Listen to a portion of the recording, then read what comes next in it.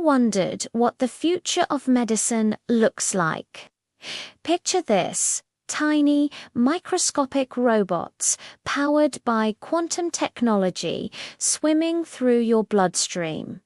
These aren't just any robots, they're nanobots, intelligent enough to navigate the complex maze inside your own body. Imagine one of these nanobots reaching a fractured bone. It gets to work immediately, acting like a super-smart construction crew.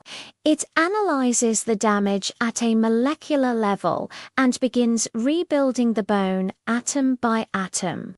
They could deliver materials precisely where needed, accelerating healing in a way we've only dreamed of. This isn't science fiction anymore. It's the frontier of quantum engineering. These tiny marvels could one day make casts and long recovery times a thing of the past. What do you think would be the most amazing use for this technology?